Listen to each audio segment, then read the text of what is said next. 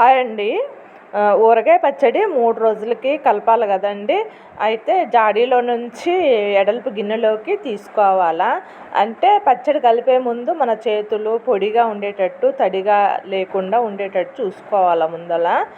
ఈ విధంగా గిన్నెలోకి తీసుకున్న తర్వాత ఉప్పు, కారం చూసి మళ్ళీ తక్కువైతే ఏసుకోవచ్చనమాట.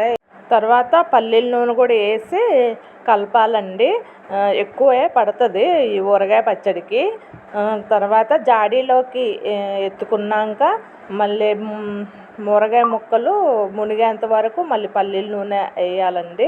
ఆ విధంగా అయితే సంవత్సరం అంతా నిల్వ ఉంటుంది.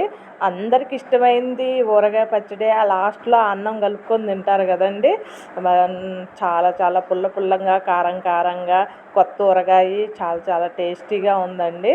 ఈ విధంగా మీరు కూడా ట్రై చేసి చూడండి. ప్లీజ్ సబ్స్క్రైబ్ చేయండి.